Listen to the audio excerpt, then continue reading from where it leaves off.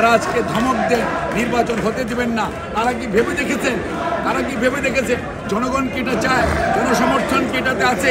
আপনারা mob culture সৃষ্টি করছেন, দেশের আইন শৃঙ্খলা পরিস্থিতি কোন দিকে নিয়ে যাচ্ছে, দেশের শিক্ষা ব্যবস্থা গত 1 বছর যাবৎ এই ধরনের পড়াশোনা হচ্ছে, সেদিকে আপনারা লক্ষ্য করেছেন? আপনারা সব সময় বলেন যে নতুন প্রজন্ম, আমরা কি পুরনো প্রজন্ম? আর আপনারাই কি নতুন প্রজন্ম? কখনোই না। মনে রাখবেন, ঢাকা বিশ্ববিদ্যালয় যখন জুলাই 24-এ বন্ধ হয়ে গিয়েছিল, তখন অনেকেই আন্দোলন ক্ষান্ত দিয়ে বাড়িতে চলে গিয়েছিলেন।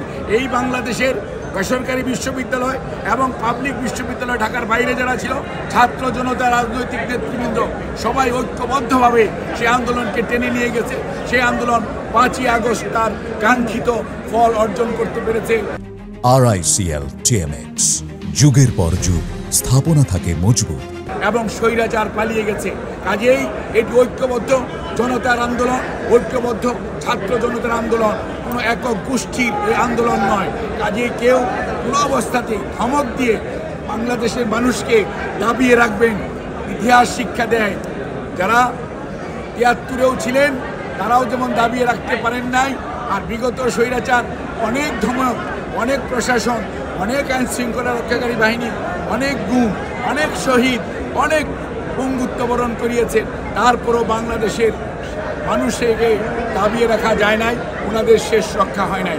কাজে আমরা বলবো, আসেন আমরা সবাই মিলে ঐক্যবদ্ধভাবে যারা 24-এর যেই জুলাই আন্দোলন এর সবাই একসাথে ছিলাম, একসাথে থাকি এবং দেশের মানুষের উপর দায়িত্ব দেই, তারা তাদের নেতৃত্ব নির্বাচিত করুক এবং সেই নেতৃত্বের মাধ্যমে আগামীর বাংলাদেশ হবে।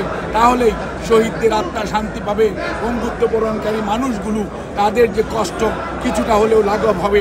আমাদের এখন দায়িত্ব হচ্ছে সবাইকে সাথে নিয়ে আগামীতে এমন একটি জাতীয় নির্বাচনের পরিবেশ সৃষ্টি করা, যেখানে মানুষ নির্বিঘ্নে তার ভোটাধিকার প্রয়োগ করতে পারবে, জনগণ বেছে নেবে তার প্রতিনিধি কে হবে।